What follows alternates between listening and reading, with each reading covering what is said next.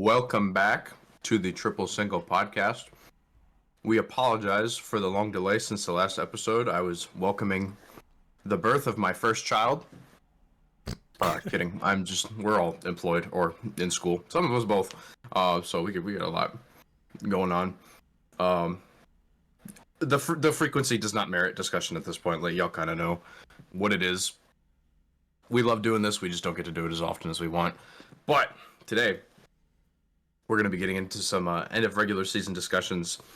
All NBA teams, all defensive teams, that type of jazz. I guess we can just start it off real quick. You guys want to start with all NBA or all defensive? Let's start with all defense. I feel like all NBA is a little bit more juicy. Yeah, all defense felt a little more cut and dry. I think we all kind of agreed on that in our like pre-pod discussion. I feel like we all had pretty much the exact same pool of players. Yeah, kind of just more like or less. It was really more just me figuring out like, okay, are you a first team guy or a second team guy? And honestly, I don't think you can go wrong with some of these dudes. My first team, I had. We'll just list all our guys off, and then we can like, what you guys want to do first team first, and then we can kind of talk about it, and then like go down to second team. Yeah, Sure, why not? So my first team, I had Herb Jones, Victor Wembanyama, Rudy Gobert, Anthony Davis, Bam Adebayo. I think that's pretty Anytime. acceptable. I've got Vic, Gobert, AD, Chet Holmgren, and Isaiah Hartenstein. You mentioned it before, bro. 5 centers is wild.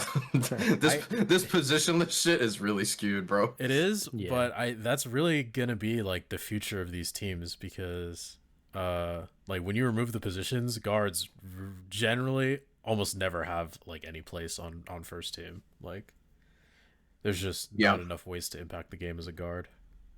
It's tough. Yeah. For mine, I got Rudy Gobert, Victor Wembanyama. I think we all had both those guys. Yeah. Jared Allen, Chet Holmgren, and Alex Caruso. So yeah, that's. I mean, for Vic, for Rudy, there's really not that much to say, right? Yeah. I think most people have them 1-2 right now in Depoy for very good reason. Except for like your weird little Anthony Davis boys, but you know, it's it's as So Lakers fans are the colloquially known as Lakers fans, yeah. natives of a certain county of the Orange. Yeah, not the one in New Jersey either.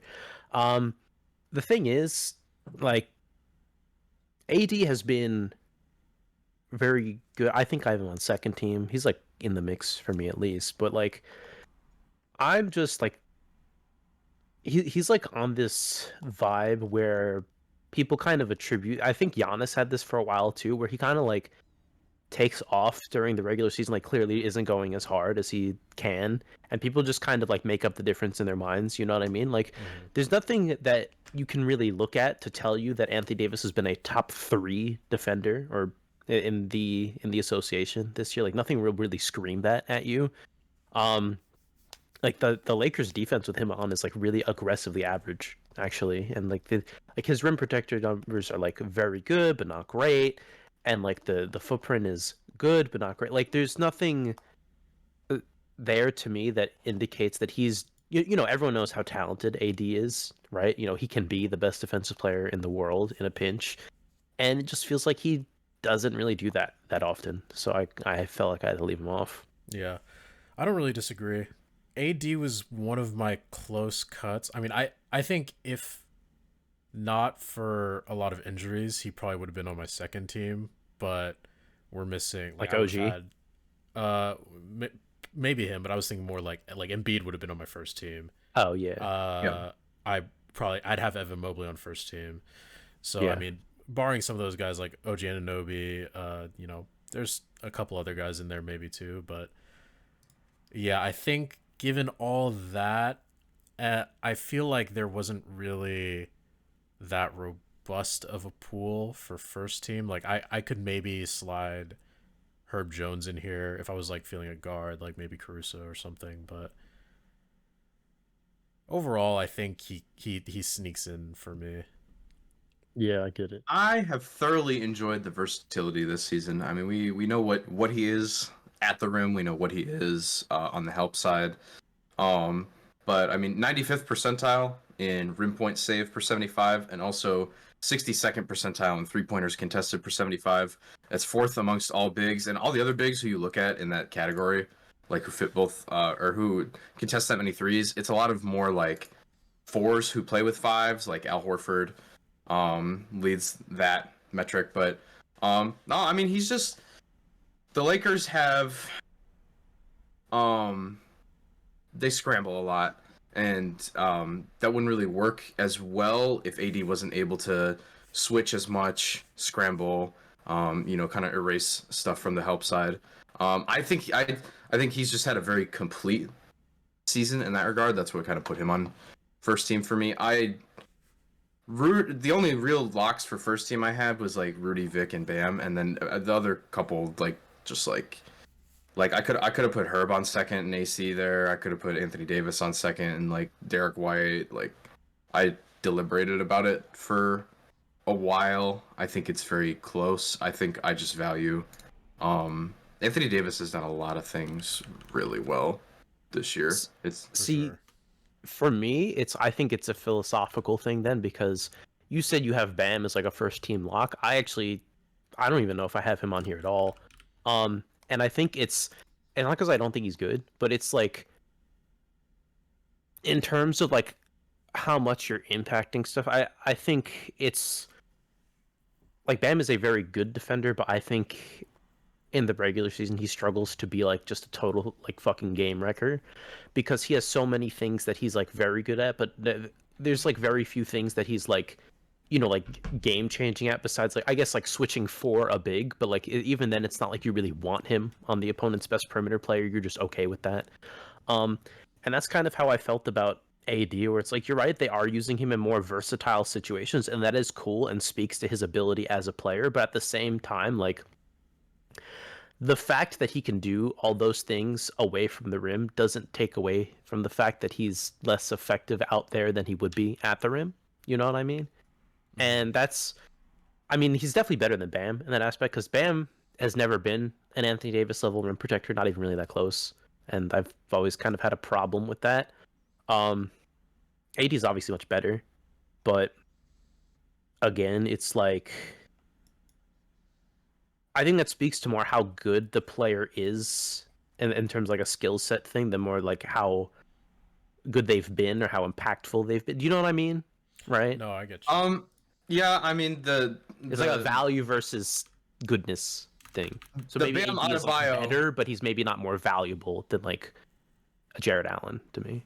the Bam Adebayo. Well, I think he is more valuable. And I'll elaborate on that because it's very heat oriented, less so than like players in a vacuum, if that makes sense. Mhm. I feel the Bam Adebayo versatility discussion has been beaten through the ground into the fucking like obsidian. Yeah, John versatility. Or into the bedrock. We're at like diamond level with the Bam Adebayo versatility argument at this Yeah. point. It's been beaten into the floor. I feel like this is the first season where I've watched Bam play every night and been like, he's actually just good at like literally every I've the rim. We've discussed Bam in past seasons like privately. That like some of the rim deterrence stuff is a little overblown. And people hone in on the switching too much. I just think about his role on this Heat team, a team that has been just completely marred by injury the whole season. The load that he has on his shoulders on a night-to-night basis is fucking ridiculous, and he does everything. That's why I said that I think he is more valuable, but it's just because of the team that he's on. Bam literally has to do everything. The famous Miami zone doesn't work if it's not Bam down there. He does everything for them: switching, stunting, nail help, weak side and primary rim protection, scrambling. Like he just does everything. And if they have another center who maybe is better as a rim protector but doesn't do some of this other stuff, the Heat can't play the way that they play at all. And it unlocks a lot of versatility for them, and I value that, I think, more.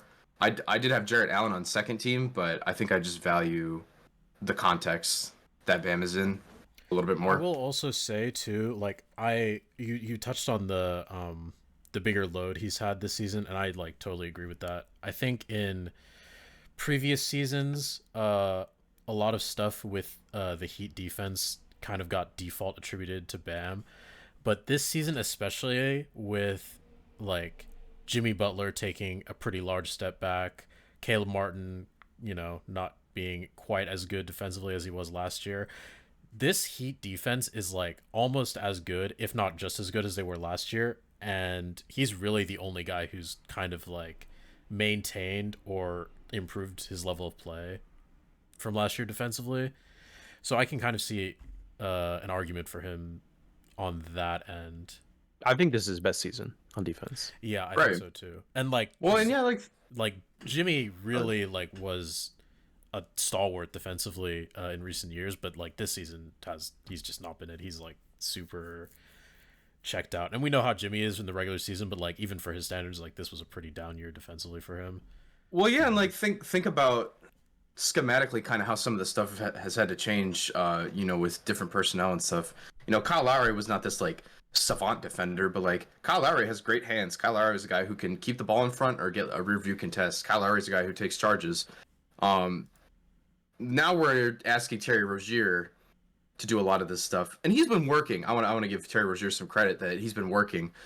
Sometimes in a possession, all you need, like I feel like something in the general defensive discussion that gets overlooked when people are talking about if a guy's a good defender or not. It matters, like in the context of their role.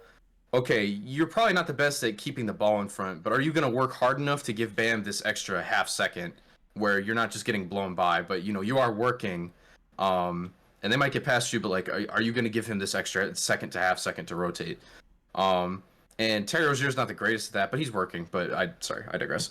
But when you think about the personnel, like how some of this stuff has kind of changed schematically, like Jimmy Butler is probably a better screen navigator than anyone they have starting right now.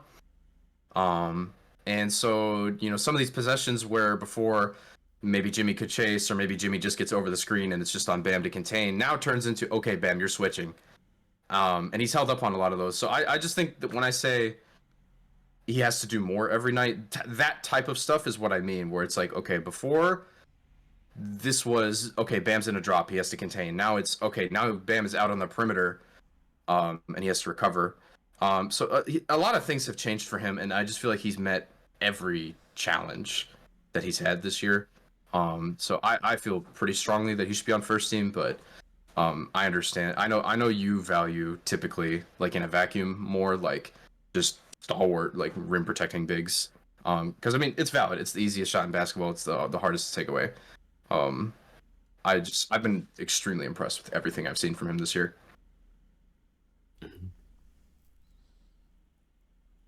Yeah, I mean, no, I get it. It makes sense, and I think, like in years past, like I've definitely been like a Bam Adebayo hater, like in a sense where like yeah, I've really like I think last year I made a graphic about his rim deterrence numbers and comparing them to like Tyrese Halliburton, which was like definitely on some hater shit.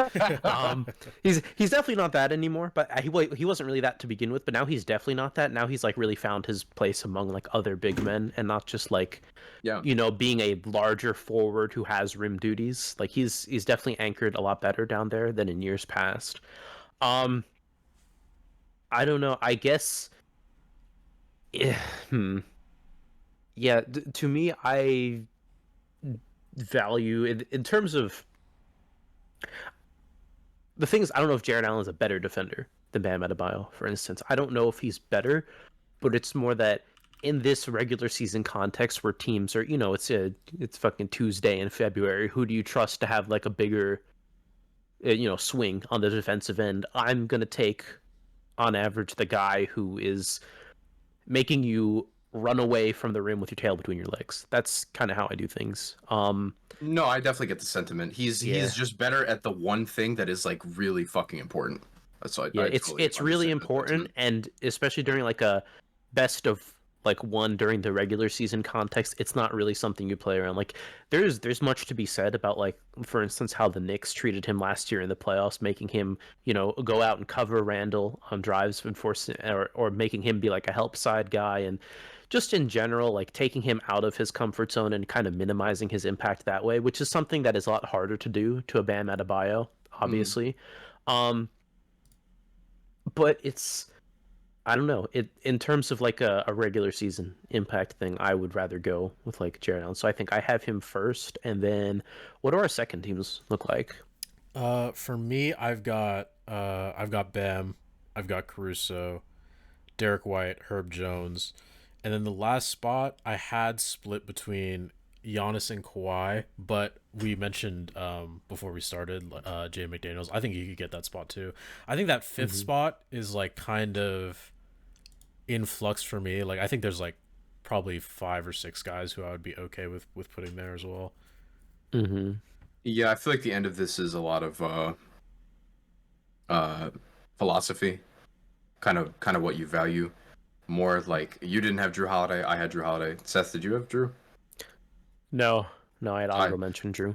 so Yeah. I had Drew, but This I'll this is I'll where I kind of like I mention could that get a more. Jared Allen in here for this spot on I, second team. I had him on my second team. I feel like he deserves so much praise. Like talking about the whole Bam thing again. I don't mean to like devalue the amazing, important season Jared Allen has had. I mean, I mentioned it in like my little write up that I've done about him. Like, could we imagine where this Cavs team would be if he wasn't this good No, all the time? I totally agree. Although I Like, will say like I've honestly like across the board been impressed with like the Cavs defense like top to bottom. Like they have no, a for sure. lot like they're really locked in defensively. Like Mobley's been out for most of the year, but he's been like near Depoy level when he has played. Max Strus was honestly like a pretty bad defender for most Mhm. of his career in Miami. He's fantastic now. Dean Wade came out of nowhere. He's just randomly like an incredible defender. I don't know why. I watched it happen too, and I'm just like, it doesn't make sense. Like this guy like just turned it around like completely. Okoro's been great this year. Mitchell's been better than he normally has been. This is And then like his best obviously year, like probably. yeah, I would say so as well. And then obviously you have Jared Allen like down low, but like just across the board, like the first 6 or 7 guys from the Cavs, like I've been really impressed with. So for me, it's like I like Jared Allen, but it was like kind of hard for me to like lock him in on one of these teams just because like I think the Cavs as a whole have been really great. Yeah, Mobley is like I think if Mobley had played like 60 games instead of what is he at like 30 something, right? Yeah, He's like 39 oh, 38 or or 38. yeah, um 39. yeah, I think I would have put him on first team Yeah, I honestly agree. because He would have been one I of my think locks. at this point he's like I think he's the best defender on the Cavs. He might be like oh man, he might be the best defender in the entire Eastern Conference. Yeah. Like he's really turned into something special on that end. And like last year, you and I both had our criticisms about, the rim protection thing where it felt more like he was piggybacking Jared Allen's impact a little bit in that regard. And he came back this season looking stronger and more limber and, a little quicker on those rotations. And now he's like an elite rim Yeah, his protector in timing is much addition better this season for sure. to all the other shit he was already doing at a high level, which is like the way I view Evan Mobley is like he's like the I think this is a crazy thing to say about like a third year player, but he's like the 7 foot end game Bam Adebayo almost, where you can ask him to do all of these like versatility based things. You can ask him to like anchor a zone. You can ask him to go out and like use those long ass arms to bother a perimeter player, and then he will also just give you like straight up big man rim deterrence. He will turn shots away. He's not like a Rudy Gobert level shot blocker because I mean no one is, but it's like he has gone from being like pretty good at that to now it is like you have if you are going to play the Cavs in the playoffs, you have to plan around that. Yeah. No, I he's special, man. Shout out to Emo. Get well soon. yeah. Yeah. I picked him like in our preseason like predictions. I picked him for Depoy, and honestly like had Gobert not had the like the resurgence that he's had and the Wolves as well, like I think he would have deserved DPOY as much as anybody if he had like played enough games. On a rate basis, yeah, I would have given it to him. Can we backpedal a little bit and just talk about like like how comically not close that award is, like, at all. Yeah, he's Like, Rudy's run away with it completely. It's tough because it's like I think in terms of like a goodness argument, I think like the last like month or two of Wembanyama, which is like it's so crazy. Like by the way, if any of you out there are wondering, 20 years old. It's oh, he's only 19. no, he's literally only 19. Jason Tatum type shit. Yeah. The thing is, he's so incredibly good, but it's in terms of like deserving the award, it's so hard to argue him anywhere but like a lower podium spot just because the Spurs defense is really bad. Like, and you know what's interesting? They're actually quite good with him on now, like these Yeah. days. Like they're Right. they're like a 114 or something with him on the court, which is better They're than just league average. so abhorrent when he sits, and he sits for like quite a bit Yeah. of time. Yeah, and the thing is, to me, like boosting your team's defense up from like a 120 something to a 114 is really good, but Rudy is doing that from like the 114 to like the 106 or whatever. Right. Like he's taking them from already like a decent defensive team to like holy shit, this is like far and away the best defensive team in the league. They probably Yeah. would have been the best defense last year, maybe the year before. Like they're just nuts. And you gotta, I mean, that's just what he does, right? It's like you don't have to think Rudy Gobert. It's I mean, it's back to the argument, right? You don't have to think Rudy Gobert is the best defender in the league. I'm not really sure I do, but when it comes to this, you know, it's one game. This team hasn't really been in the lab all week preparing for you because they have to go to fly to LA tomorrow. Who do you want as your one guy to just give them hell on defense? Is Rudy Gobert every time. Yeah. So let me well, we already read through some of these, but I was running through this before the show. Some fun Rudy Gobert stats to kind of contextualize some of this. So Rudy Gobert is in the 99th percentile in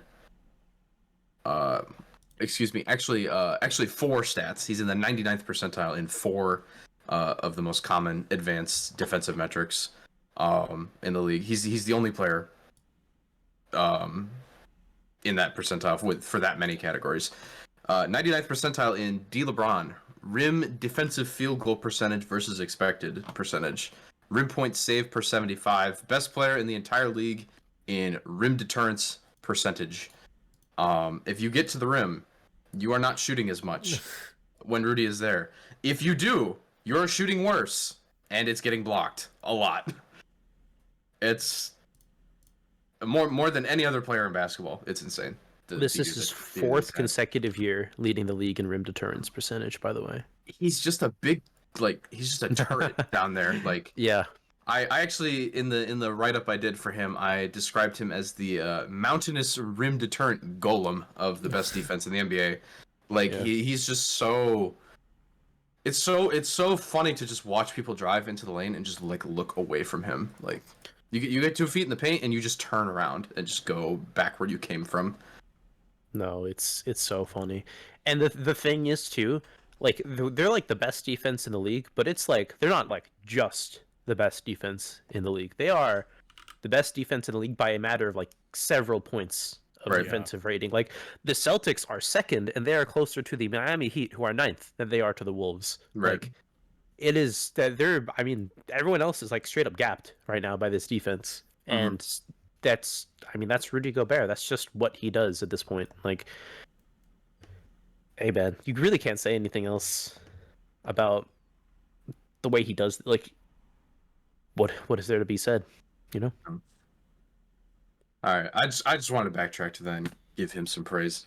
I mean, we've been praising this guy pretty much all year. Like ever No, for since sure. like the pod episode, like 2 weeks into the season, we've been talking about like how crazy these like rim numbers are, and they've just like kept going. Like they haven't fallen off. The Wolves continue to be the best. They've been the best defense in the league all year. It hasn't been close all year. Like the only team that even from a personnel standpoint seems like they can fuck with them is the Celtics, and then everyone else is just like yeah, the Cavs are good, the Magic are good, but it's just not the same, you know? Like the Minnesota Timberwolves feel like the team you would pick to give pretty much any squad in the entire NBA a hard time scoring, and it like starts and ends with him.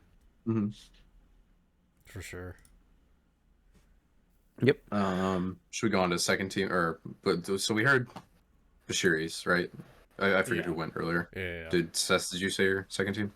No, I didn't. But I have Suggs, Herb, Hartenstein, AD, and Jaden McDaniels. I fuck with the Hartenstein love. I appreciate him. He didn't make it for me, but I see the vision. Yeah, I mean, it's just he's been really, really. I mean, he does the rim thing. That's what he does, and he's been doing it really well. Like, our defense is pretty fucking insane with him on. Like, he does so many of those little things on defense. He's such a good talker out there. Like, I don't know, man. It's hard to explain because he is just kind of like he does stand out on every list he's on of this caliber, but it's look, man, if you ever just turn on a Knicks game versus like a mid-ass team and you just put the isolated cam on him, you will see him do like everything on the defense. Yeah. But he's like because let's be honest, especially with OG out, we got a lot of idiots out there who don't really know how to defend. For sure. He is like he's directing traffic like a fucking crossing guard. He is contesting almost every shot at the rim. He's turning guys away. He's blocking shots. He's getting in passing lanes. Like he's. Would you say that he plays the game the right way? Is he even sneakily athletic, perhaps? I would, but he's Well, also I feel like you half should be black, answering so- that question. Would Just- you let him date your daughter that you mentioned at the start of the show? Just a real high IQ guy, high Yeah. character guy. But I mean, it's not even that really. Like he's just big as shit, and he's always in the right position. That's Oh, for sure. kind of what it comes down to. Yeah. So shout out to him. J Mac is like, he's like the only like real. I mean, because Herb is more like a point of attack, like guardy guy. J Mac's like the only real wing I have on my whole list, and he's just like Yeah. he's just so good at that. Like to me, I actually think that him and because it's interesting because they couldn't look more different, but the way they're used, I feel like J-Mac and Bam are very similar defenders. You know what I mean? Like I feel like they're asked to Yeah. do similar things. They're kind of asked to bridge the gap between the paint and the perimeter a lot, and just kind of like be where For they sure. need to be on the fly. And I think Bam kind of finds himself maybe a little under. Like I'm not saying like, oh, Bam's not a 5, Bam's not a 5, but I think he might be like, I think if he played next to like a Gobert type figure, he could be unlocked more, because I think what he really excels at is like the roaming, you know, like be everywhere play style, as opposed to just like kind of hanging out there. For sure. And yeah, I mean, he's incredible at the nail. Get those long ass arms. He is such like, I've mentioned this before on here, but the way J Mac is like, he's so efficient with his movement, like because of like his arms and like his stride length. Like a smaller guard can like get the switch on him and get like 4 steps before he gets 2, and he'll be like in line with them because his steps are just so big, Mhm. and like his ability to recover is like some of the best in the league. It's just like, I mean, yeah, he's straight up unreal. So I really love Well, him. and so we don't have screen navigation data from this year yet on basketball on B-ball index, but I'll just go off of last year. I mean, I feel he's having a pretty similar season. Oh my god, did a bomb just go off in the background? That's crazy. Sorry. Just Um, keep going. But no, I mean, yeah, Jaden McDaniels last season, the 100th percentile screen navigator, led it top in the league, and also like top in rim points saved and like weak side rim deterrence, that type of stuff. So yeah, just a very, they have so much crazy talent there, defensively. It's kind of easy to see how that team has become like at this point a historic defense, relative to this era. Like you have Rudy at the rim, you have J Mac who can fly anywhere, guard anyone, do anything. Anthony Edwards has really improved as a screen navigator, and Mike Conley fits the profile of like one of those guys who that I mentioned earlier with like the Heat thing, where it's like he's not the most athletic anymore as far as like keeping the ball in front, but like he's savvy enough that he knows like, okay, if I just fight like and I know where to be, I can give you this extra second for like Jaden McDaniels, come take this guy, like that type of stuff. Yeah, he's never gonna give up on the play. Like he can get beat, but he will stay like in an area to like provide some sort of like, you know, like push him just a little bit that way, or like No, Mike not- Conley works, bro. yeah, like if he's beat, you have to work really hard to beat him, and he will steer you in the right direction to the point where like one of the two main guys will be in position to do something about it. Yeah, I'm sorry that like the ascension is going on in my background. I can't really do anything about that right now. I'm just giving you shit. Yeah. The Wolves are just like they're really stacked defensively too. Like even mentioning both those guys, like, and then you also have Naw and you have Kyle Anderson. Shout out to Nikhil Alexander Walker, bro, because He's a premier like guard defender. Like he's one And of if- the elite guard defenders we have right now. I don't know. To me, like, I don't know if I just wasn't tapped in before. I feel like I first started to notice him defensively like around his Jazz tenure, and then it really popped when he went to the Wolves. In my mind in particular, I remember, was that the playing game when they played the Thunder and he guarded his cousin Shai Gilgeous-Alexander. That was like the most Nikhil Alexander Walker I had watched at that point. And I was like, man, this guy's getting fucking after it. And I mean, I guess part of that maybe could have been he was kind of taking it personally, you know, he's guarding his cousin and all that. But that was when I was like, okay, Nikhil Alexander Walker is not a name I've heard much since he was drafted. He kind of bounced around to a couple teams before then, and it kind of seemed like he was having trouble finding his footing. I feel like the energy like shifted after that game, where it was like we realized, and I feel like he kind of realized, like, okay, this guy has a real role that he can find for himself, and I feel like he stepped into it this year and just like completely blossomed in it. He was in heavy consideration for my ballot, and I would have given him more if he was not just like buried on the bench playing like 20 something minutes a game. Like if this guy was a starter on any other team, I would have a very hard time keeping him off of this stuff. It's like I just wanted to give him some love because he's carved out a really nice role I for think himself. if there were still positions for this, he would be on my ballot 100% Mm-hmm. As a forward or a guard? as a guard. Probably guard, yeah. But yeah, I feel like he did show some promise defensively in Utah, but I feel like this Wolves team, like he's really like found his role. I feel like Chris Finch has just like unlocked this guy totally. Like he just does everything you would want out of a guard. Like Can we give some love? He like makes plays after the ball. He's a playmaker defensively. Like he does it all really. Can we give some love to Chris Finch, man? No, he's Yeah, like sure, why not? they really turned this shit around in like a Yeah. season. I mean, granted they've had some personnel stuff like the D'Lo for Mike Conley deal. Like I even said it at the time. I thought it was like perfect. Like schematically as far as like what they needed. Obviously D'Angelo Russell is the better player, but like as far as what they needed, I thought that was great, and that's been a big part in, you know, kind of the shift. I don't know if he is the better player, actually. I have to think about that. At the time. Maybe. yeah. I think at the time I would have said the same thing, but I think At the we- time, he I was did say the same thing, but now I think I might have been wrong. yeah. No, I think we were right at the time. I mean, D'Lo was in the middle of having what I would consider to be the best season of his career at the time, as far as impact meeting statistical output. Yeah, but now he's doing that again, and Mike Conley still looks better than him, so I'm not really sure. You know? I think Mike Conley just fits perfectly with that team. But I think that's who he is. I think he's just a guy who fits on more teams than D'Angelo valid. Russell. That's valid. You know what I mean? Like, I think Yeah. D'Lo has, I mean, as good as D'Lo, and right now, like, I think, like, straight up, this is D'Angelo Russell's, like, best season. Like, he's shooting fucking 42% from three. Like, he's he's great. Lakers, like, third, maybe second on some nights, best offensive player. Like, he's really, really been it.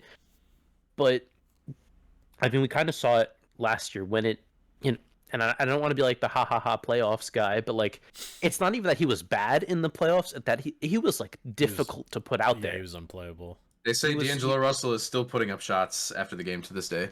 Yeah, he wasn't putting him up in game. He was that's on the bench. Like that's something that would never happen to Mike Conley, not because he's Big Mike, but because he's just like finds a way to be impactful. He finds like when D'Angelo Russell gets beat navigating his screen, he stays there. You know what I mean? He does not chase you, even though Oh, for he's sure. beat. He does not like steer you into Rudy Gobert or Anthony Davis in that case. Like, you're just gone.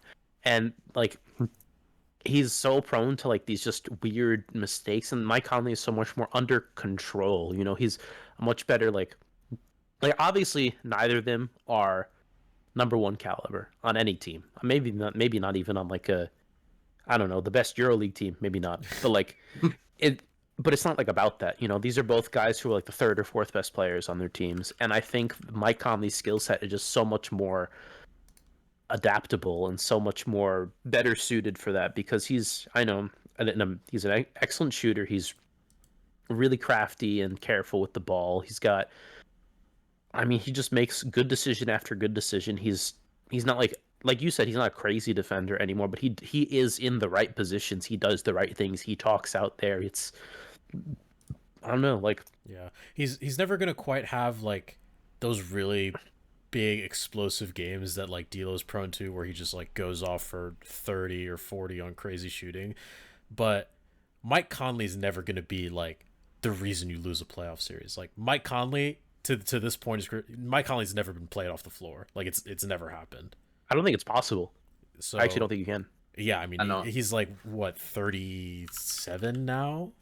Yeah, I'm getting a little I sick of hope- this. It's a He's little 30. old now. He's 36, right? This 36 or fuckery won't 37. go on much longer. Like, yeah, you would think so, but like, I mean, he's slowed down, but like, as you said, he still finds a way to like make plays. Like, you know, he works around screens, he stays attached, he makes things difficult for people, and on offense, he like is just always in control.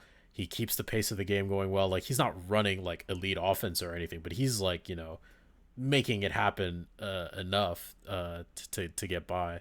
Yeah, he's a good connective player on Yeah. offense. No, Like, for he, sure. he ties parts together very well. Also, by the way, another guy who's shooting 42% from three because I guess they're having a competition now. Yeah. But, And like he operates on low yeah. volume and he's fine. Like he doesn't need a lot of shots to be effective. He doesn't need the Yeah. ball a lot to be effective. yeah, at I know first, Tim Conley's sitting in his office right now somewhere listening to this, just like, yeah, I did that shit. Yeah. No, that was a good. That, in hindsight, that ends up being an excellent trade for them. And it's like, at first, Connor, I was like at the point where you were, where I was like, maybe Mike just fits better with this team. But then I thought about it more. And I was like, what team that is like any good at all would Mike Conley not fit better for? You know what I No, mean?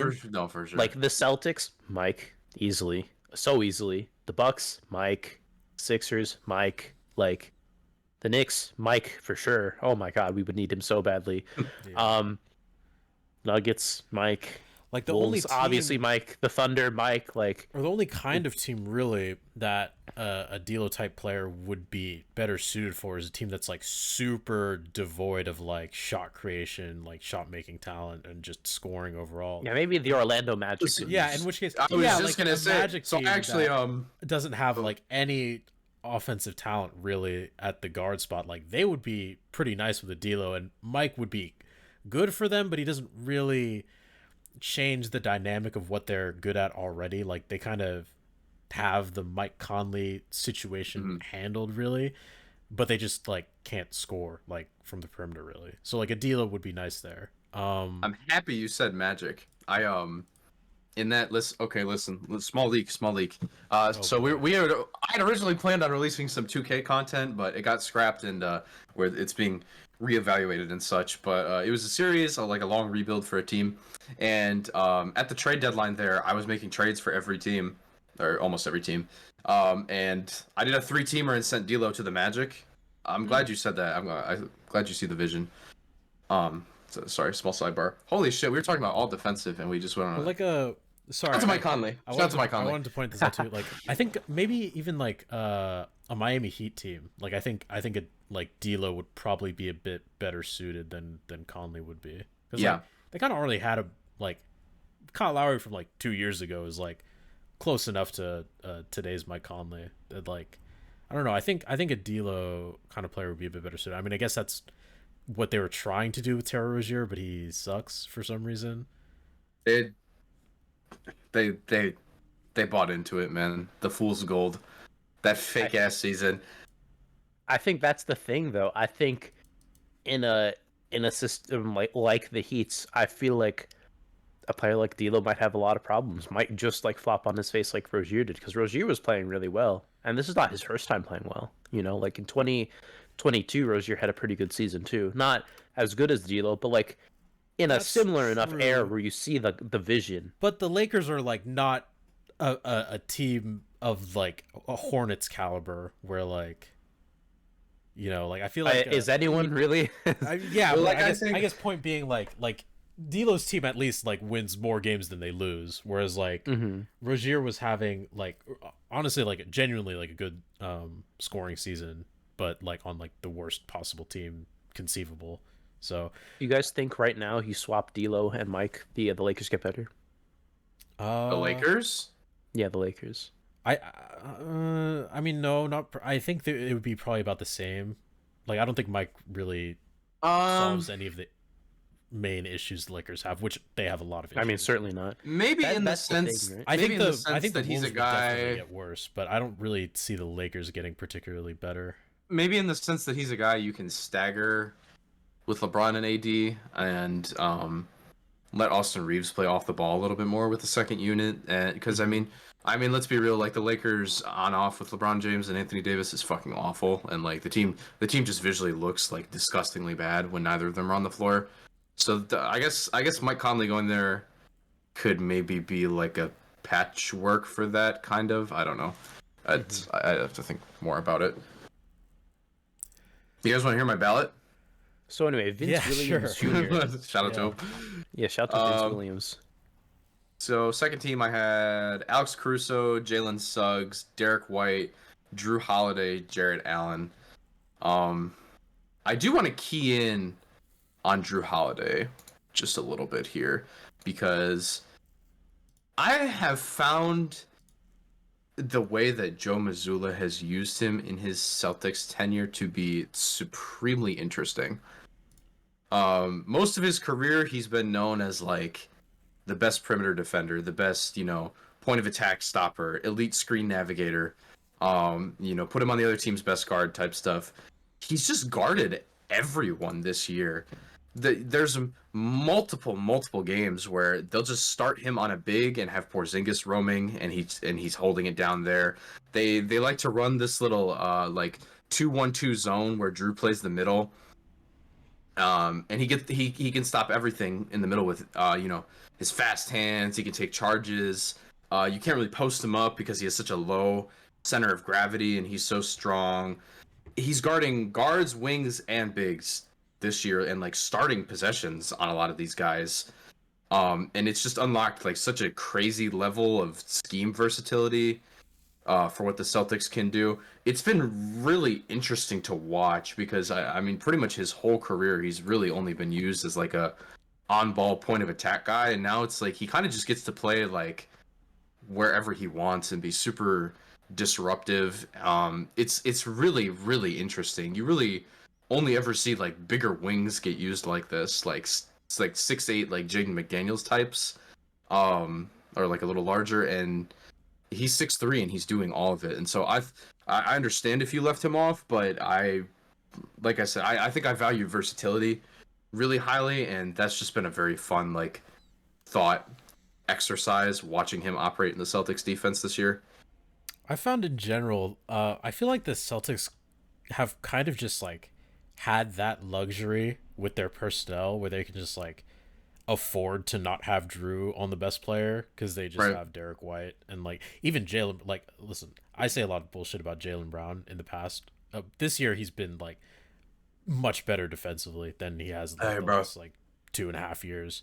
I Because was he can be on the worst player. I mean, I Yeah, was exactly. fucking cooking him after that. You know the one after that corner shot against We were Philly. we were frying the fuck out of him. We were frying which him. was deserved. And I mean, No, to be for fair, sure. like and this is just like kind of a thing with the Celtics. They just have so much leeway now, like with KP, Mm-hmm. with Derek White, with Drew, that like each of them individually now can just like do way more shit than they have been in the past. Like you have KP down low, like Derek White and Drew Holiday can just like gamble on so many more plays now. Like Jason It's Tatum, actually half so of these fun. games just fucks off and like doesn't even like play defensively, whereas before a lot of games he would have to lock in on like the best wing. He doesn't really have to do that now. Like he can just like do whatever he wants. He just chills, like waits until the second half, shoots like 10 threes, and like they win the game.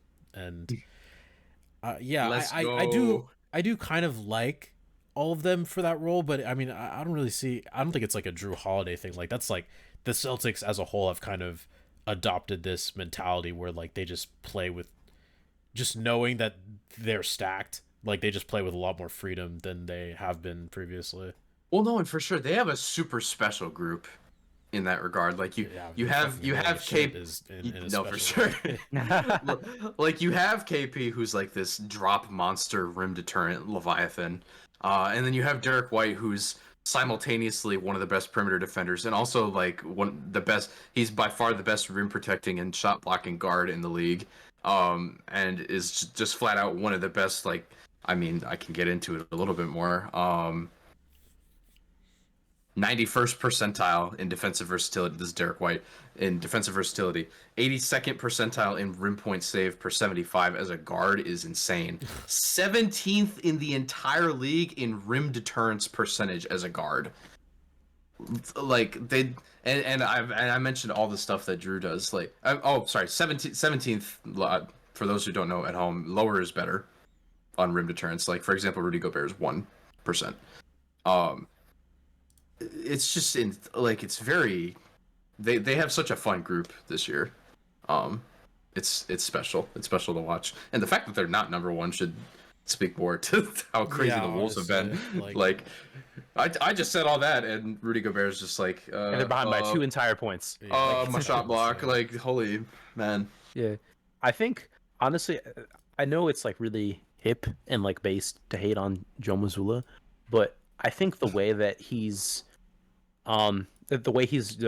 monitored or navigated the Drew role change has actually been really interesting and smart, because the thing is Drew, especially for his position, but I think now in general, like where he is in his career, he's like almost 34. I think he is stronger and he's certainly like smarter than he is fast at this point. You know, he's not like lock you up, stay in front, like stay attached on every screen type anymore. Like he's still very good at those things, but I think his value lies more in, like you said, that ability to just be anywhere and everywhere and always know where to be, and he can body up like everyone. And I think Derek White is, I mean, while he's, you know, a shot block man at the guard spot, he's obviously, you know, younger, a little bit quicker.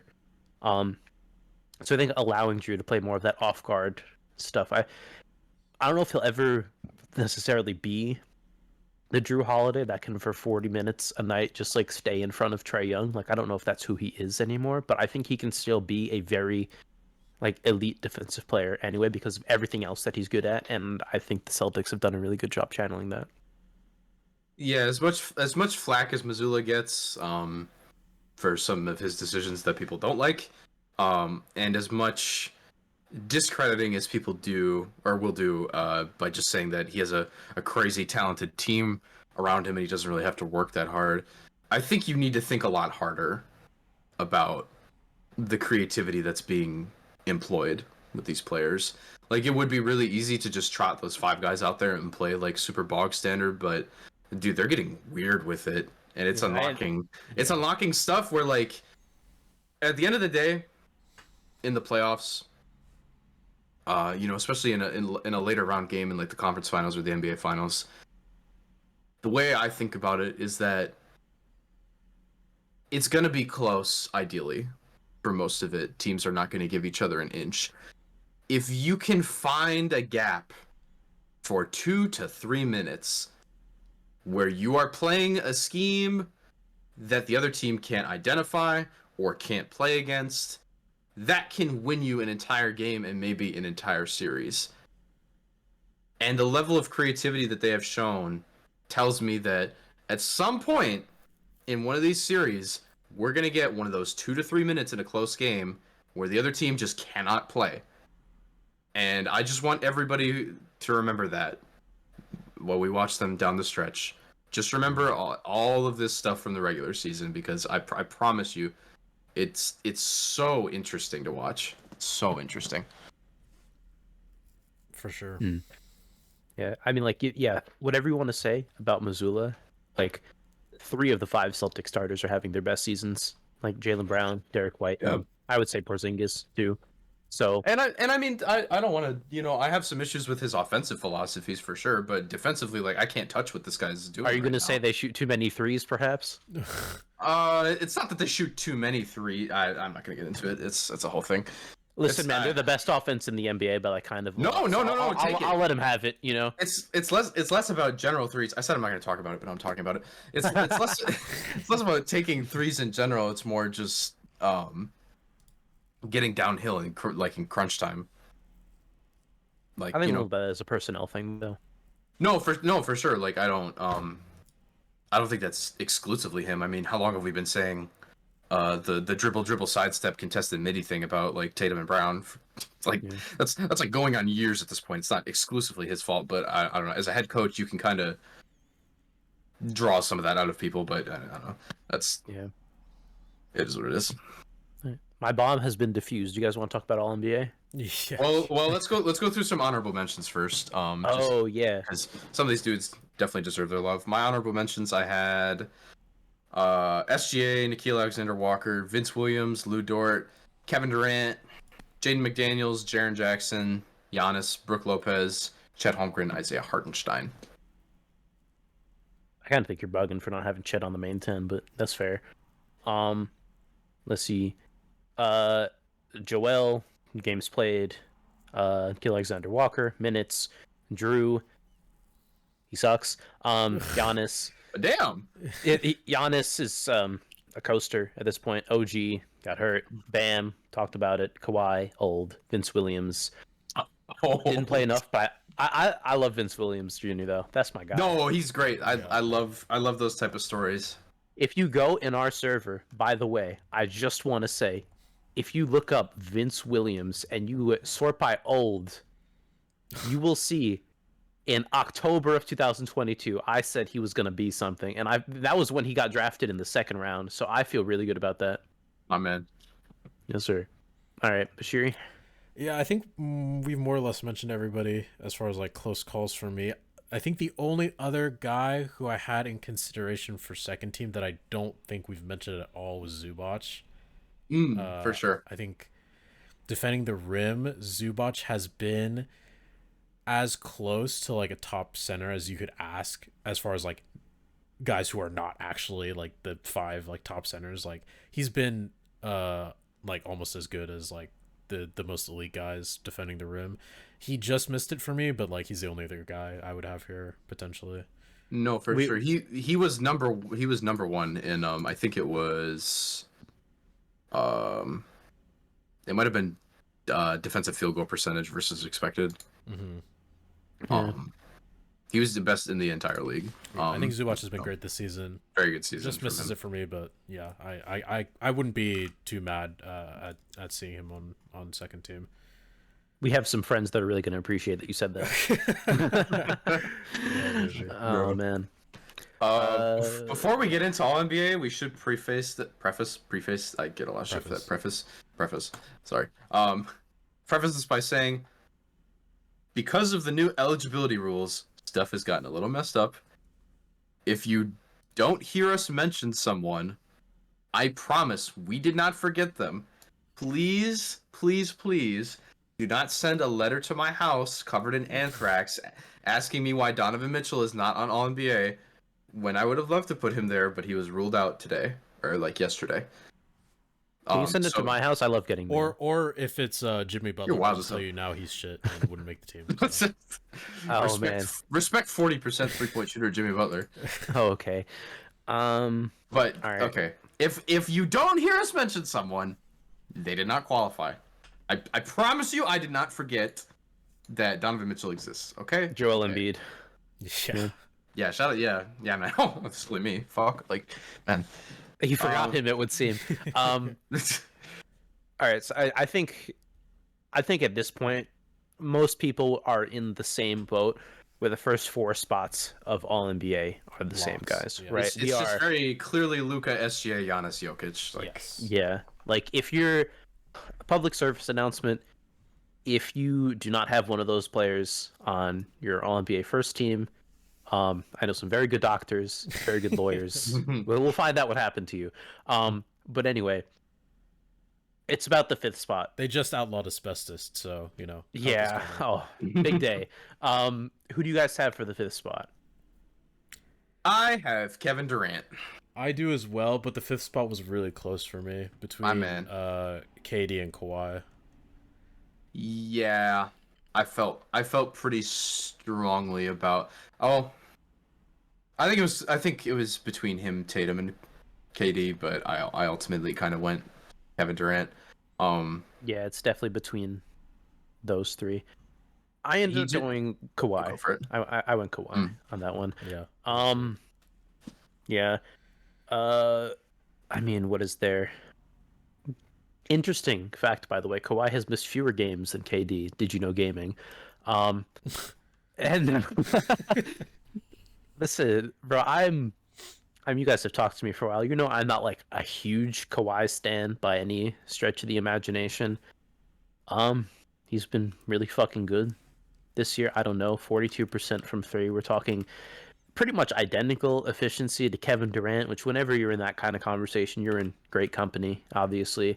I think he's generally a better defender. He's a more versatile defender. He's not Kawhi of old, definitely, but I think this season and last season are the closest we've seen to blending the best version of offense Kawhi and the best version of defense Kawhi, even though he definitely isn't like the play record he was 10 fucking years ago. Oh my god, we are so old. I feel so old when I think about how long ago he was in San Antonio. Yeah. That's what I'm saying, bro. But yeah, like he's the leader of this Clippers team on both ends. As much as I would like to say Harden is their best offensive player, he's not, because he just like shits himself too much. And I mean, they're really good. The Clippers are an excellent team. It wasn't that funny, bro. Damn! Listen, that's Yeah, my like, favorite player. Listen, I've said it before. It's your I got fault, the not mine. Fuck. I got the jersey. You know where it is. On the left side, the middle row. In the fucking trash can, I hope. Heavens no. Anyway, the Clippers go as Kawhi goes. When he was out, they were mid. When he's in, I mean, they've been like they've cooled off more lately, but I think a lot of that has had to do with like scheduling difficulty, and also like Paul George was weird for a while there. But no, Kawhi is the resurgence, the health has been really amazing to see. I think I give him the 5th spot. That's valid. Yeah. I feel like he was the best defender of the three. I feel like Kevin Durant was the best offensive player of the three, and Tatum And was, Jason, he's kind of just there. he always finds himself in these conversations where Tatum is like Hanging out. probably the best player in the NBA who's not like world shatteringly elite at everything. So he always finds himself in this place where it's like, well, he's not quite a top 10 offensive player and he's not really a top 10 defensive player, but he's like pretty close-ish to both of those things. Jason you kinda Tatum just leads the slide him in league there. in hypotheticals per 36. No one else is even close. He leads the league in things No. that he's pretty good at. And I Definitely. don't want to be an asshole and seem like I'm hating when I say this. I struggle, especially because, like you said, Tatum has kind of had the luxury of being a little bit more laissez-faire on the defensive end this year. The matchup difficulty isn't as high. The matchup versatility isn't as high, and the effort overall is just a little bit lower. Which that's fine. He has the luxury of doing that because of the players around him. I'm not knocking him for that necessarily, but I struggle to think of one skill this year that I can say one thing Jason Tatum has been better than Kevin Durant at. Is there a thing Winning. other He's a than that? better winner. He wins more He's- basketball games. He just He's plays got the right that- way. He's younger. Wow, actually, younger. intangible Yeah, gap. he's like what, half his age? Something like that. Something like that. Yeah, he's a KD's better winner. Pushing 40. Tatum's 19. He went to a better school. He did go to a much better school. He's an amazing father. Shout out to him. That's true. Better father. No, but in all KD's not a father at all. I mean, like, in, it's just. in all seriousness, like I struggled. Like Am I overlooking something? No. Is there one thing he was better than Kevin Durant at this year? He's a better driver than KD. KD doesn't really drive that much because he's like That's valid. old.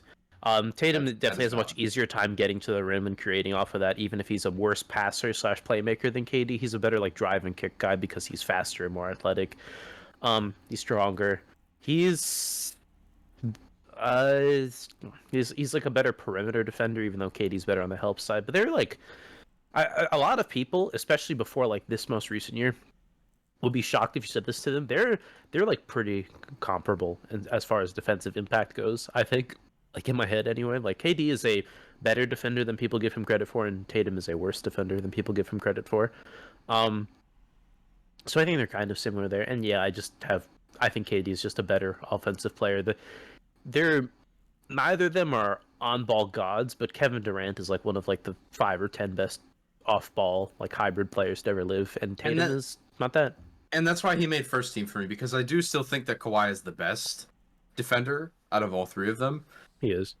Kevin Durant has been asked to do so many different things this year, though.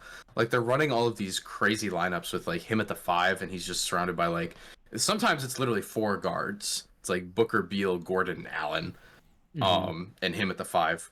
And it goes better than you would think.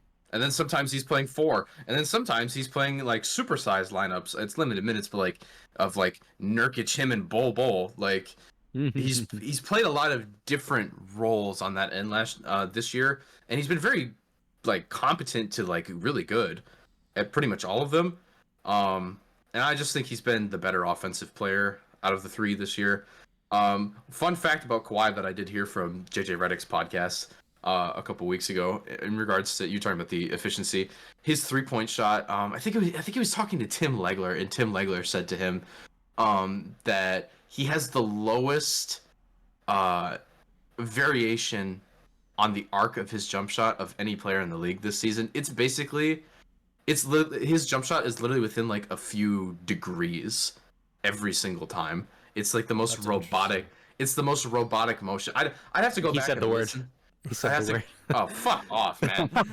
God damn it. I'd have to go back and listen to quote it exactly, but it was JJ Redick's last episode with Tim Legler. Go listen to it if you want. It's a great episode. But yeah, no, I don't want to discredit the season he's having, because it's just been like monster efficiency. He's one of the best, most efficient perimeter players in all of basketball, especially relative to his volume. And I mean, it just looks so effortless with him. Yeah. And the thing is with Kawhi too, I'm so like, I don't know, like the whole like playoff riser thing for like so many players is like largely bullshit, but like this guy, he's like big Jalen Brunson to me, where every shot he takes looks so incredibly difficult for no reason. And it's like he's the kind of player where you watch him and you're like astounded. You're like, how does any defense ever bother this? You know what I mean? Because everything is already the hardest it can be, and he makes it all the time. Like these bullshit ass like contested middies like snaking across the like the free throw line, just like fading to one side, and he hits them at like 50% of the time. And like he at this point he doesn't really have much of a driving game anymore, because you know like his rim attempts are like a career low.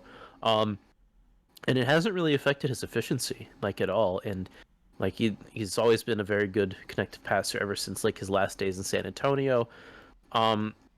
He's just a very like, he's not Kevin Durant on offense, but he's close enough that I can give him the slack here and say like the difference on defense is enough for me to say, all right, I got Kawhi over him. That's fair. fun. Yeah. What about second team? I had Jason Tatum, Kawhi Leonard, Jalen Brunson, Anthony Edwards, and LeBron Ramon James. I have same 4: Kawhi, Tatum, Braun, Brunson. I have Halliburton instead of Edwards, and I think Halliburton will probably make the game cutoff, because he's been like super annoying about like the game cutoff. So I think he's probably gonna make it. So I'd give him the spot over Ant. I have KD since he wasn't on my first team. Tatum, of course. Jalen Brunson, King of New York. LeBron James, King of the other parts of the country. And my heart. And Anthony Davis. I know I spent like a while talking about, like, I feel like I'm in a weird spot on Anthony Davis because I think most people view his defense more positively than I do, but I view his offense more like, because I think he's just like, the fact that he is like literally the greatest lob finisher ever, and he does that so frequently, it's worth a lot. And he's like, his his like little face up drive stuff is it's been pretty good this season. I think last year was better for him, but he didn't play as much last year. And overall, I like Anthony Davis, man. This year has been like a little. I mean, once we get to the third team, it's super thin down there, man. Someone has to rise up, you know. I mean, I feel like people kind of discount his offensive game a little bit more these days because if you look at it on, you know, a lot of people don't watch. They just like call them basketball references and look at percentages and stuff. And Yeah, if they just say he's like good every other game or whatever. yeah, that or like the fact that he really can't shoot from outside anymore. But I mean, I don't know. He takes like one a game. He's actually taking exactly 1.2 a game.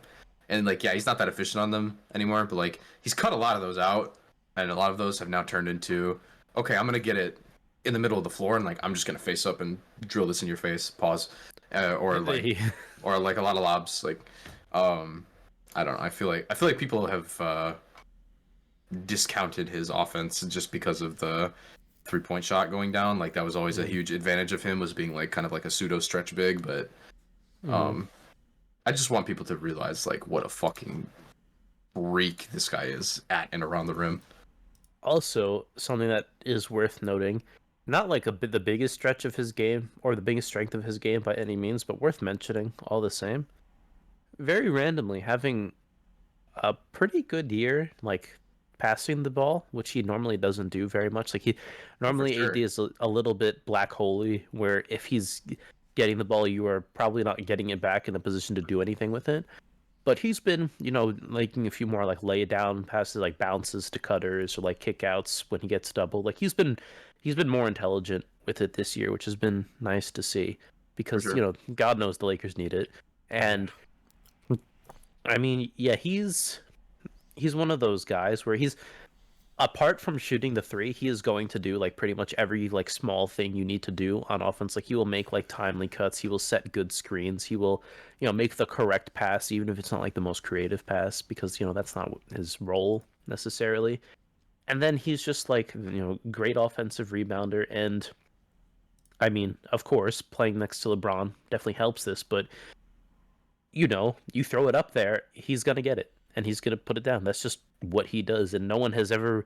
I mean, besides like, no, not even him really. It's really just him alone at the top in terms of like, if you have a guard coming downhill and you kind of have like that stagger 2-on-1 off of a screen, you can just kind of throw it in the general area of the basket. And he'll like figure it out. Yeah, pretty much every time, and it adds an element of like vertical spacing that is just so hard to defend for a lot of guys in this league. No, for sure. I feel like people don't really consider vertical spacing when they talk about people's offensive games and stuff like you can't do the Drew Holiday thing on him. You cannot put Drew on Anthony because he will catch it over him and finish every time. And jump over him. Yeah, yeah.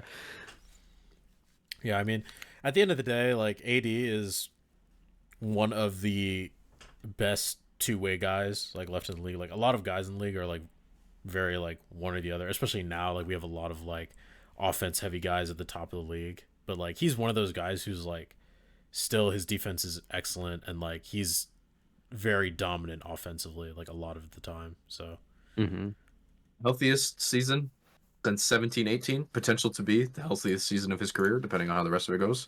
That was an insane year too. Shout out to AD. Yeah, no, for sure. He was on my third team, but respect him. Yeah. I'm interested. Third team. I think we had a big disagreement because before the show, we mentioned this. I would like to hear between you guys, not because my nose is clogging and I don't want to talk or anything. But mainly, Connor, you had Ant on the second team. Bashiri, you didn't have him at all. So I'm curious. No. I'm curious to see. I had him on third team, so I don't really have a horse here. How do you guys line up on that? How do you figure? To be honest, I don't know that Halliburton is gonna make it. For the games played, and he also forgot how to shoot for the last like couple months. Like Yeah.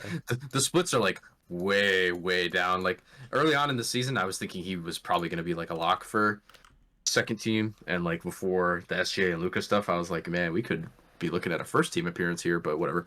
I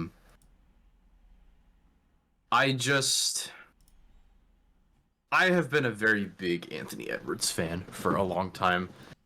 For reasons outside of basketball, like I just his You like I'm him not for outside of basketball reasons? well. Let me elaborate. I shouldn't say outside of basketball. Outside of like tangible skills, I should say.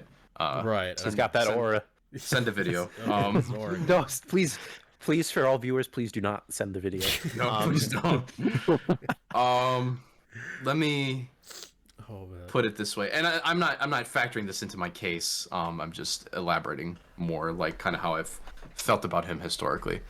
In a league where it feels like from every level, from the players to the coaches to the production to the people on the broadcast to the people covering the game the day after in the media, it feels like we don't take the regular season very serious, and it feels like guys really don't value showing up every night. I shouldn't say that for players and coaches, but you know, from like a coverage standpoint and like the way people perceive the game, it's always, how many times when you hear about what a player's doing in the regular season do you hear do it in the playoffs? People don't care about this shit, and I think that's kind of sad. Anthony Edwards brings that shit every night. I love watching people who love to compete. That guy is the ultimate competitor. You know, ad nauseum, the Michael Jordan comparisons. Like, I thoroughly, so maybe I'm a little bit higher on him than some other people. I just thoroughly enjoy watching people who give a shit and who try hard on both sides of the ball, on every possession, and who have this like fire about them. I see that smirk. He's better. Stop. I like that fire in them to compete 24/7 and be the best version of themselves. I think that's fucking awesome, and I think Anthony Edwards like embodies that totally in this league. I think he's been better on the defensive side of the ball this year. I'm gonna be honest. For sure. I'm gonna like better by his standards. Like I'm saying better than he even was last year. I think he's to the point where like most nights he's pretty damn good. He's not in like this sub elite tier that like some of his teammates are, but he's very good some nights. And Tyrese Halliburton is just not any of that. Respect to him. We haven't really seen that version of him since he was like in Sacramento. And he was more of a two guard. Which is fine. He has a huge offensive load. Hallie's just forgotten how to shoot for like so long now. And Anthony Edwards has just like consistently gone up and up and up. Not necessarily in like percentages, but like in his production and like the impressive performances that he's having against big teams on national television. He's closed out many games, with go-ahead buckets and shit, or like that one, that game versus the Celtics where he just completely took over the fourth quarter. I just value what he's done a little bit more this year, I think. He's had a very linear growth pattern, Anthony Edwards says. Like And that's like, not common, where they just get better and better and better every year linearly, yeah, like you said. it doesn't really feel like he's like, I know like a lot of like hype has kind of like preceded him, but I feel like he hasn't really taken a leap, but at the same time, like he slowly built himself up from like being, first half of his rookie year, he's kind of a shitbot, and then he built upon that, and he became like decent by the end of his rookie year, and then he became like pretty good, and then last year he was great, and now he's even better, and now it's like, oh, maybe he's all NBA, and I think next year we talk about him for competing for like, I don't know, maybe he gets some like down ballot first team votes or whatever, and I think that's been really cool to watch.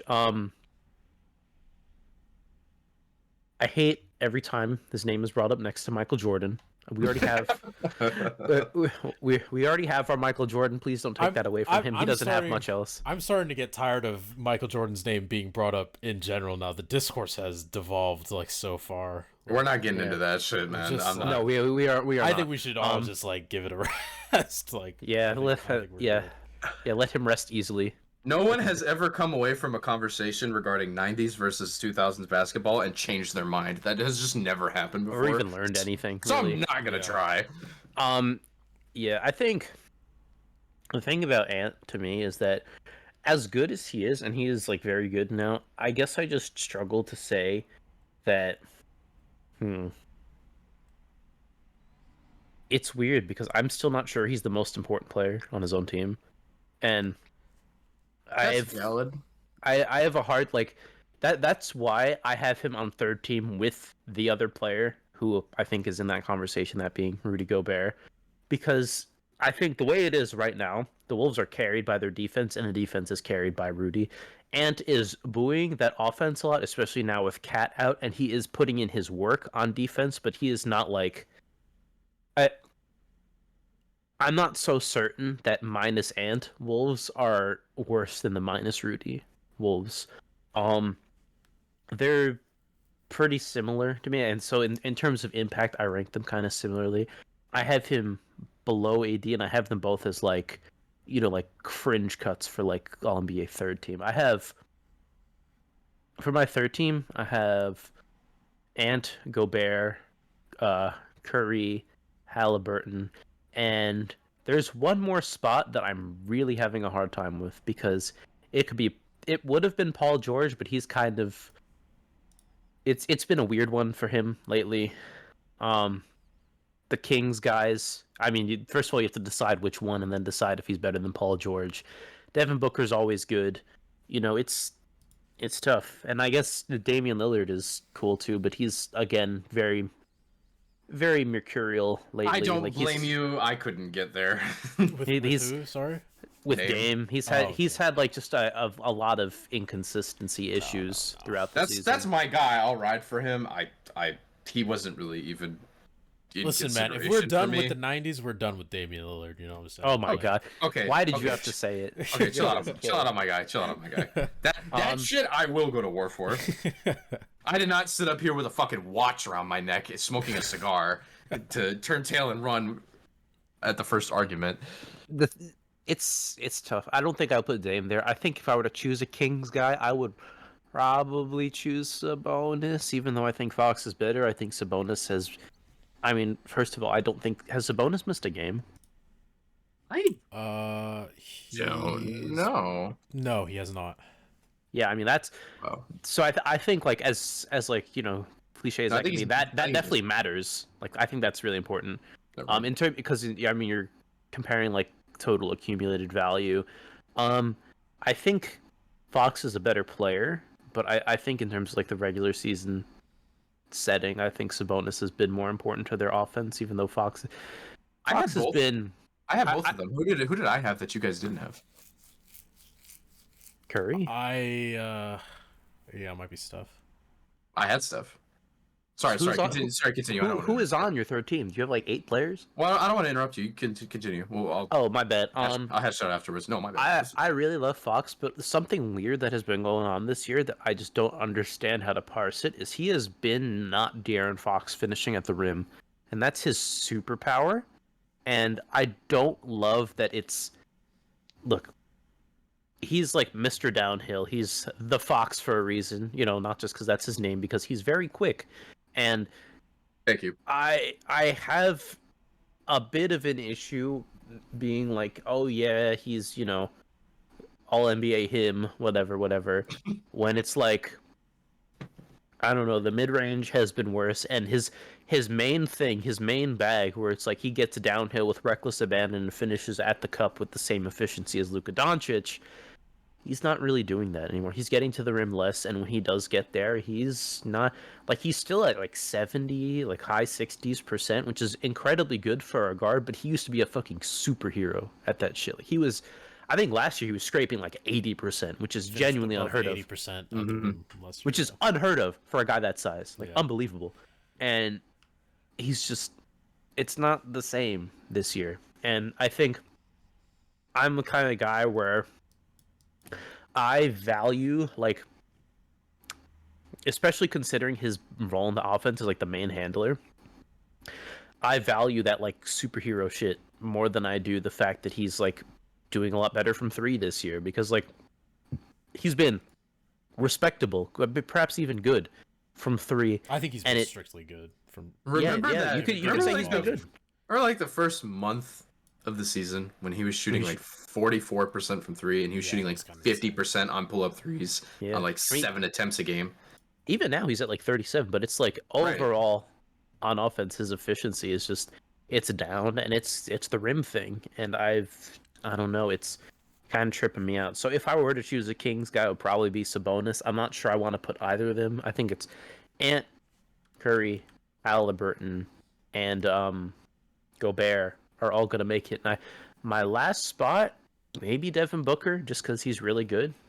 He's like probably the best player remaining. Maybe Paul George, maybe Sabonis, probably not Dame. I fit both of them. I had Devin Booker, De'Aaron Fox, Sabonis, Anthony Davis, Steph Curry. So say that again. Devin Booker, De'Aaron Fox, Sabonis, Anthony Davis, Steph Curry. So you don't have Gobert and you don't have Halliburton, is where we differ. Nope. Wow. Okay. I tried to get there with Rudy, but I initially had Cat before he got injured. Like he's gonna miss it now, unfortunately, because he's out for the rest of the season, right? Regular season. Yeah. No, he's done. He's done. Yeah. So he originally was here instead of De'Aaron. Mm-hmm.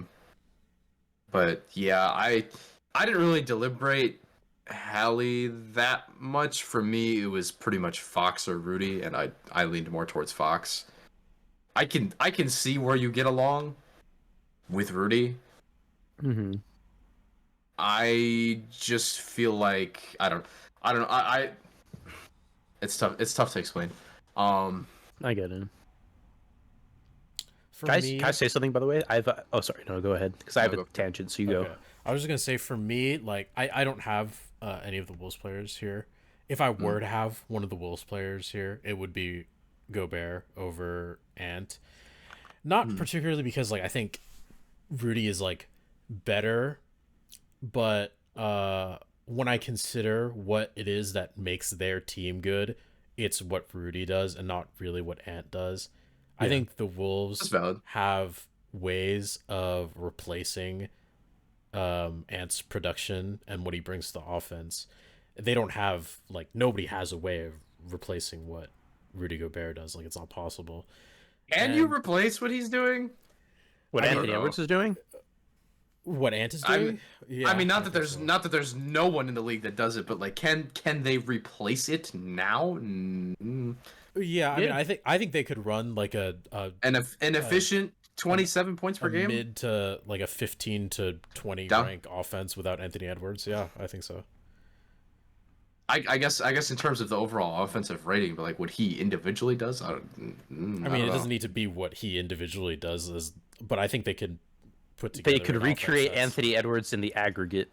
Yeah, Moneyball style. I mean, essentially, like I think they could recreate the level of offense that they're playing without Anthony Edwards. Yeah, for sure. Like they don't and you can't do that for good offense. Like they have a pretty bad one. So yeah, I think they could probably do it. And they can't be a top defense without Rudy Gobert. Like there's just no way. And they're like not even a top defense. They're far and away the best one. And I guess that to me was kind of the deciding factor for some of these guys. Like it's the reason why I have Halliburton second team. Like when I consider what it is that makes the Pacers not a fucking joke, it's pretty much exclusively the fact that Tyrese Halliburton is like a god playmaker and has somehow manufactured a top 3 offense, despite the fact that they are really devoid of like offensive talent. Like He's a Buddy Hield merchant. They have great shooters in Indiana. But as far as like if you're just looking at this roster, like as far as offensive talent, there's really not a ton of it. Like it's Hallie finding guys, and like obviously like you have to make shots on some level, and like they have Siakam now, who is a good offensive player, but for like the majority of the season, and like with the Pacers running the best offense in the league, like it was just Hallie like doing that shit the whole time. So no, and that's what gives him the edge for me over these guys. I mean, I'd have to argue Edwards over like 6 other guys too, because I don't have him on any of the teams. But that was like the Halliburton thing for me. And I do want to say that anyone who missed, obviously, it's like when you get into some of these top guys, it's like by a fraction of a fraction for a lot of these dudes. Yeah, like some decisions are easier than others, but like Hallie not being on here was tough.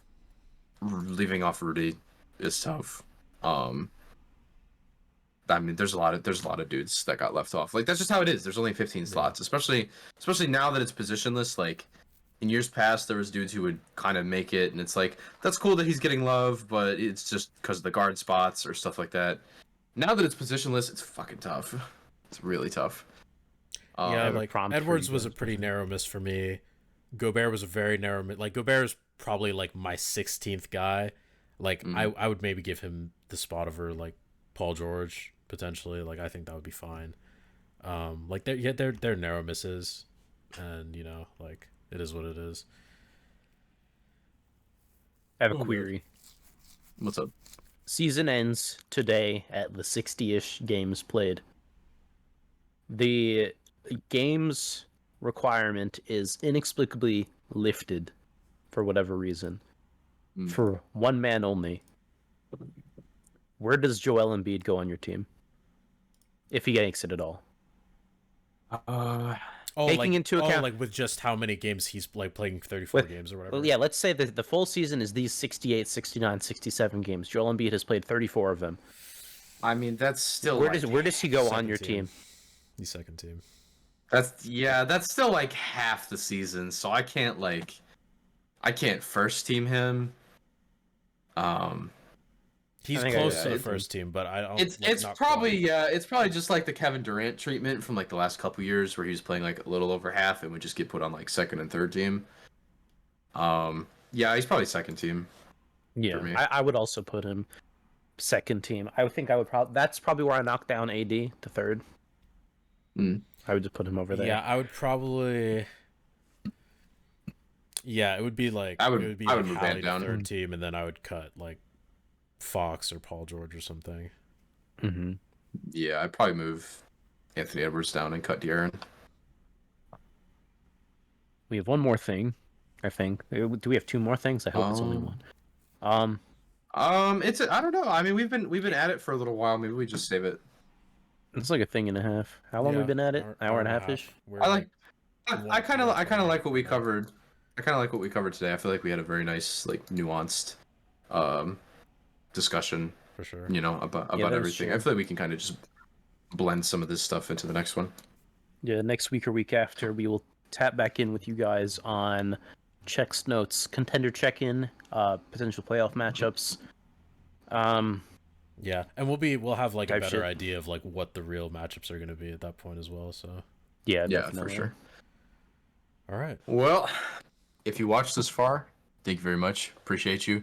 Appreciate everyone who stuck around through the impromptu hiatuses. Hiatus high. Appreciate you guys. We're gonna try and be more consistent, but you know, as you guys know, this is not our full-time job. We do this for fun. That's just kind of how it is sometimes. But appreciate you guys. We'll see you next time. Thank you very much for listening. Goodbye. Peace out. Bye. Ew, I just did like a kawaii thing.